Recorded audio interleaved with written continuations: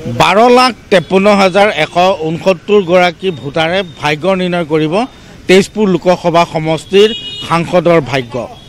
তেজপুৰ লোকসভা সমষ্টিত 73 নং তেজপুৰ বিধানসভা সমষ্টিৰ আছে এক গুৰুত্বপূৰ্ণ ভূমিকা আৰু আমি আগন্তুক লোকসভা নিৰ্বাচনৰ প্ৰাক মুহূৰ্তত তেজপুৰৰ সৰ্বসাধাৰণ ভোটাৰ ৰাইজৰ কাষ চাপিব বিচাৰিছোঁ আৰু জানিব বিচাৰিছোঁ সৰ্বসাধাৰণ ভোটাৰৰ ৰায়।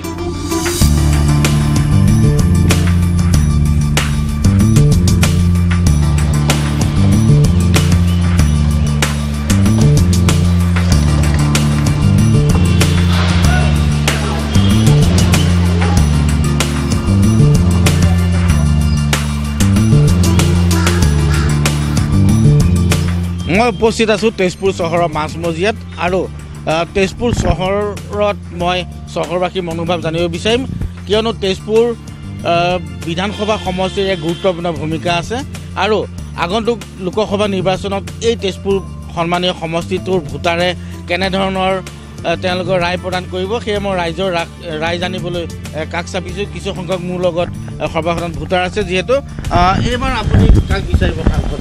হয়, এইবাৰ তেজপুৰ সমষ্টিটো এটা সন্মানীয় সমষ্টি হিচাপে পৰিচিত হৈ আছে।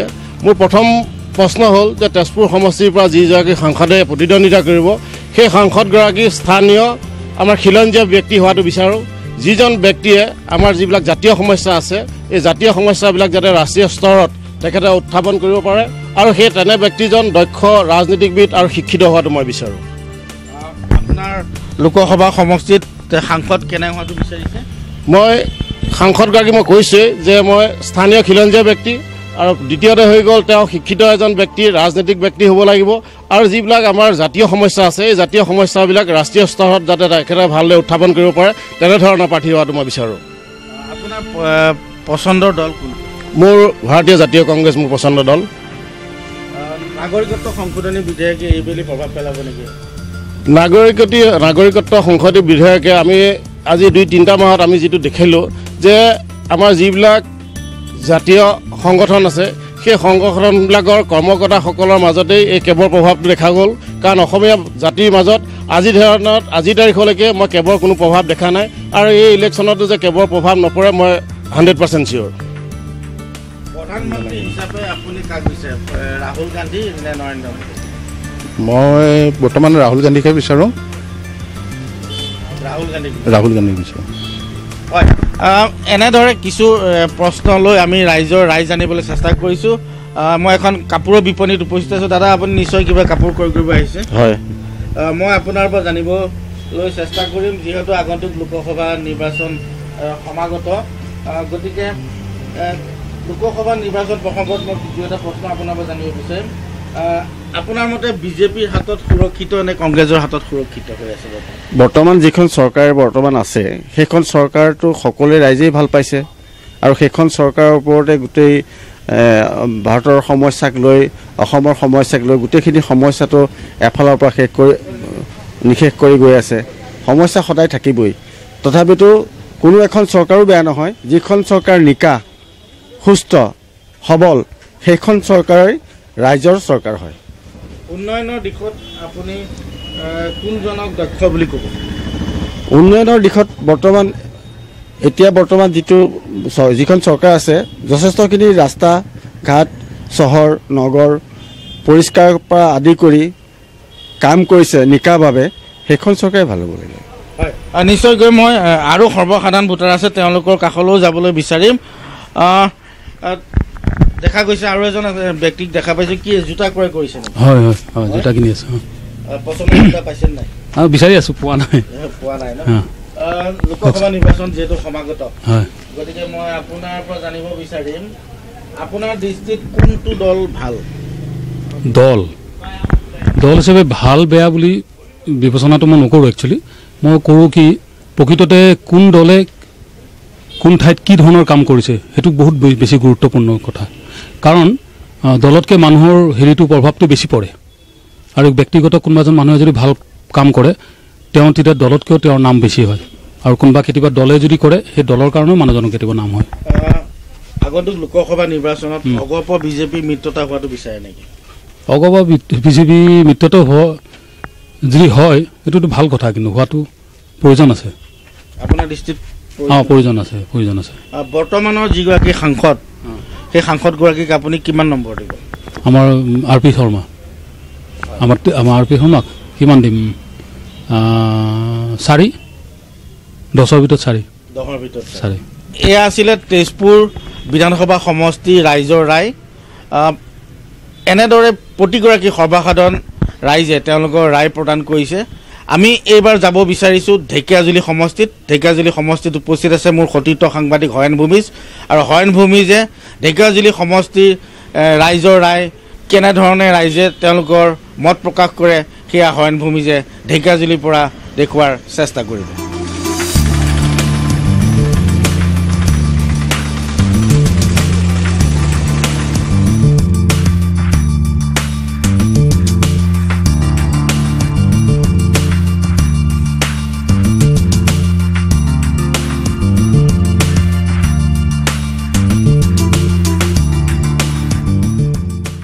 হয়, ধন্যবাদ হেমন্ত কুমাৰ নাথ। মই এই মুহূৰ্তত উপস্থিত আছোঁ তেজপুৰ লোকসভা সমষ্টিৰ অন্তৰ্গত অতি গুৰুত্বপূৰ্ণ বিধানসভা সমষ্টি ঢেকীয়াজুলি বিধানসভা সমষ্টিত। এই ঢেকীয়াজুলি বিধানসভা সমষ্টিত 18খন চাহ বাগিচাৰে পৰিপূৰ্ণ। ইয়াত চাহ শ্ৰমিক তথা চাহ জনগোষ্ঠী আৰু জনজাতীয় বড়ো ভোটাৰে ইয়াত নিৰ্ণায়ক ভূমিকা গ্ৰহণ কৰি আহিছে। আহকচোন আজি আমি ঢেকীয়াজুলি বিধানসভা সমষ্টিত ৰাইজৰ ৰায় জানো।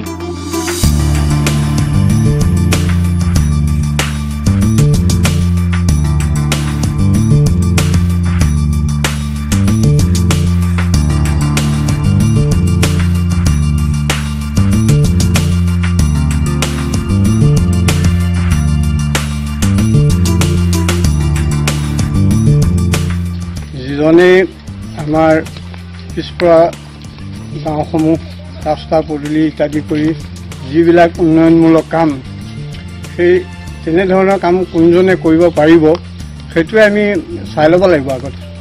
আপোনাৰ লোকসভা সমষ্টিত কোন হ'ব সাংসদ এইবাৰ? সাংসদ এইবাৰ অসম গণ পৰিষদহে হ'ব বুলি আমাৰ অলপ সন্দেহ হৈছে। প্ৰথম পচন্দৰ দল কোন আপোনাৰ? আমাৰ আঞ্চলিক হিচাপেতো আমাৰ গণ পৰিষদটোৱেই, কিন্তু এতিয়া কেন্দ্ৰত যেতিয়া বিজেপি, এতিয়া অসমতো বিজেপিয়ে চলি আছে, গতিকে তেওঁলোকে যদি কিছু পিছপৰা জেগাবিলাক যদি উন্নত কৰে, ভাল কৰে, তেতিয়াহ'লে বিজেপিকে ভোট দিব ৰাইজে। নাগৰিকত্ব সংশোধনী বিধেয়ক বিলখনে কিবা প্ৰভাৱ পেলাবনে নিৰ্বাচনত? নিৰ্বাচনত পেলাব পাৰিব বুলি ক'ব নোৱাৰি, কাৰণ যিহেতুকে আমি এতিয়া যিবিলাক মেল মিটিং হৈ আছে আমি টিভিয়ে চিভিয়ে দেখিছোঁ, তাতো বিজেপিৰ প্ৰভাৱটোৱে বেছি পৰি আছে। গতিকে ইলেকশ্যনৰ বতাহটো কি কোনফালে যায় এতিয়াও সঠিক আমি ক'ব নোখোজোঁ। আপুনি প্ৰধানমন্ত্ৰী হিচাপে কাক বিচাৰে, ৰাহুল গান্ধী নে নৰেন্দ্ৰ মোদীক? নৰেন্দ্ৰ মোদীয়ে যিখিনি কাম কৰিছে সেইখিনিতো আমাৰ পচন্দৰ কামেই কৰিছে। যিহেতুকে মই এইখন গাঁৱত বহা 54 বছৰ হ'ল, ইয়াতে 20 বছৰ কংগ্ৰেছে দখল কৰিলে, কিন্তু আজিলৈকে কংগ্ৰেছৰ পৰা আমাৰ এই গাঁওখনত কোনো এটা সুবিধা নাপালে। বৰ্তমান এই বিজেপি চৰকাৰ অহাৰ পিছত কিছু আমাৰ নিজৰ নহ'লেও ৰাইজৰ কিছু উন্নতি হৈছে বুলি মই ভাবিছোঁ। আৰু বিজেপিৰ হাতত সুৰক্ষিত নে কংগ্ৰেছৰ হাতত সুৰক্ষিত? সুৰক্ষিতটো কংগ্ৰেছেতো একেবাৰে আৰম্ভণিৰ পৰা কংগ্ৰেছেই চলি আছে। ইয়াতে সুৰক্ষিত বা সুৰক্ষিত নোহোৱাৰ কোনো আমি এটা সিদ্ধান্ত ল'ব পৰা নাই। উন্নয়নৰ দিশত দক্ষ কোনজন? উন্নয়নৰ দিশত দক্ষ কোনজন? নৰেন্দ্ৰ মোদী।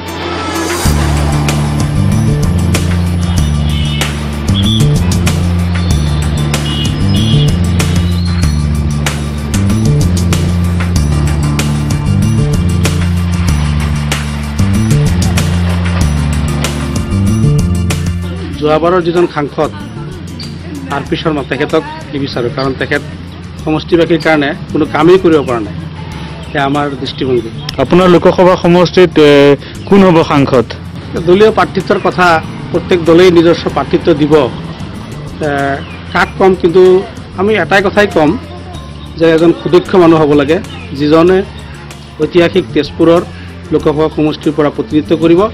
তেওঁ এজন শিক্ষিত আৰু লগতে সমষ্টিবাসীৰ বিষয়ে তথা সমষ্টিবাসীৰ সমস্যাৰ বিষয়ে জনা ব্যক্তি হ'ব লাগে। আপোনাৰ প্ৰথম পচন্দৰ দল কোন? কংগ্ৰেছ দল। নাগৰিকত্ব সংশোধনী বিধেয়কে প্ৰভাৱ পেলাব নেকি এই নিৰ্বাচনত? প্ৰভাৱ পেলাব। প্ৰধানমন্ত্ৰী হিচাপে আপুনি কাক বিচাৰে, ৰাহুল গান্ধী নে নৰেন্দ্ৰ মোদী? ৰাহুল গান্ধী। বিজেপিৰ হাতত সুৰক্ষিত বুলি ভাবে নে কংগ্ৰেছৰ হাতত সুৰক্ষিত? কংগ্ৰেছৰ হাতত সুৰক্ষিত বুলি ভাবোঁ। উন্নয়নৰ দিশত কোনজনক দক্ষ বুলি ভাবে আপুনি? কংগ্ৰেছ দল পুৰণা দল, সেই হিচাপে কংগ্ৰেছেই আমাৰ ভাৰতবৰ্ষৰ যি বুনিয়াদ সেয়া সৃষ্টি কৰিছে। জাতি ধৰ্ম বৰ্ণ সকলোকে লৈ চলিছে আৰু ভাৰতবৰ্ষৰ আজি যি অৱস্থা, এই অৱস্থাৰ কাৰণে উন্নয়নৰ যি মানে গতি, এই গতি কংগ্ৰেছে আনিছিলে। গতিকে কংগ্ৰেছৰ প্ৰতি আমাৰ বিশ্বাস। প্ৰধানমন্ত্ৰী হিচাপে আপুনি কাক বিচাৰে, ৰাহুল গান্ধী নে নৰেন্দ্ৰ মোদী? নৰেন্দ্ৰ মোদীকে বিচাৰোঁ। আপোনাৰ দৃষ্টিত কোন দল ভাল, কংগ্ৰেছ নে বিজেপি? মই দল হিচাপে মই কাকো ভাল বুলি ক'ব নোৱাৰোঁ, কাৰণ যোনে ভাল কাম কৰে সেইজনকে ভাল বুলি ক'ব বিচাৰোঁ। অগপ বিজেপি মিত্ৰতা হোৱাটো আপুনি বিচাৰেনে? লোকসভা নিৰ্বাচনত এজেপি আৰু বিজেপি মিত্ৰতা হোৱাটো বিচাৰেনে? মিত্ৰতা হোৱাটো ভাল। ভাল। বৰ্তমান সাংসদ আৰ পি শৰ্মাক আপুনি কেই নম্বৰ দিব? নাই, নম্বৰটোৰ কথা মই ক'ব নোৱাৰোঁ। নম্বৰ দিব নোৱাৰে? এতিয়া কাকো নম্বৰ দিব নোৱাৰোঁ। সাংসদ হিচাপে যিজন ভাল কাম কৰিব, ৰাইজৰ ভাল কাম কৰিব, ৰাইজৰ উন্নতি কৰিব, তেওঁকে আমি বিচাৰোঁ। আপোনাৰ লোকসভা সমষ্টিত কোন হ'ব এবাৰ সাংসদ? ৰাইজে যাক বনায়, যাক ৰাইজে ভাল পায় ভোট দিয়ে তেওঁ হ'ব। প্ৰথম পচন্দৰ দল? প্ৰথম পচন্দৰ দল আমাৰ কংগ্ৰেছ, ৰাহুল গান্ধী। নাগৰিকত্ব সংশোধনী বিধেয়কে কিবা প্ৰভাৱ পেলাব নেকি? নাই, এইটো একো প্ৰভাৱ নপৰে। একো নপৰে? একো প্ৰভাৱ নপৰে। প্ৰধানমন্ত্ৰী হিচাপে আপুনি কাক বিচাৰে, ৰাহুল গান্ধী নে নৰেন্দ্ৰ মোদী? আমি ৰাহুল গান্ধীৰ যুৱ নেতা হিচাপে বিচাৰোঁ। তেওঁ এজন যুৱক মানুহ, ভাল কাম কৰিব, ৰাইজৰ মাজত ওলাই আহিব। আপোনাৰ দৃষ্টিত কোন ভাল, কংগ্ৰেছ নে বিজেপি? কংগ্ৰেছে। এজেপি আৰু বিজেপি একেলগে হোৱাটো বিচাৰেনে আপোনালোকে? নহয়। হে? নহয়, নালাগে? নালাগে।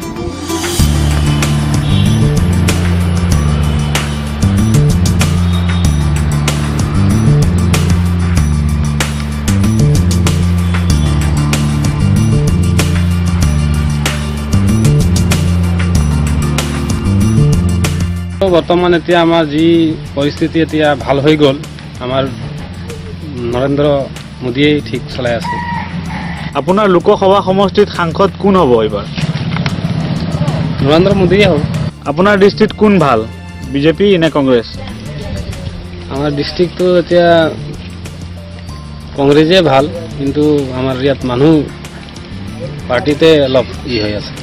বিজেপি ভাল।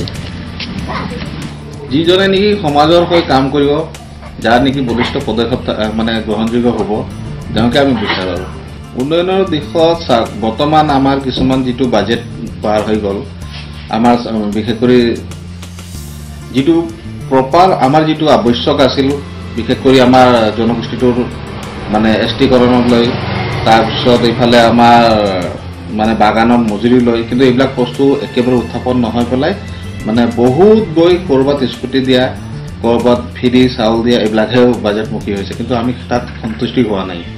উন্নয়নৰ দিশত দক্ষ কাক বুলি ভাবে আপুনি? উন্নয়নটো এতিয়া বিজেপিয়ে কৰি আছে, আগতে ধাৰ ঋণ হৈ আছিল দেশত, এতিয়াতো চব। আপোনাৰ দৃষ্টিত কোন ভাল, বিজেপি নে কংগ্ৰেছ? বিজেপি। তেজপুৰ লোকসভা সমষ্টিৰ অন্তৰ্গত ঢেকিয়াজুলি বিধানসভা সমষ্টিৰ ৰাইজৰ আমি ৰায় জানিলোঁ লোকসভা নিৰ্বাচন সম্পৰ্কীয়। ইয়াৰ পিছত আমি ৰাইজৰ ৰায় জানিবলৈ আমি যাম বৰছলা সমষ্টিত। বৰছলা সমষ্টিত উপস্থিত আছে আমাৰ সতীৰ্থ সাংবাদিক হেমন্ত কুমাৰ নাথৰ ওচৰত।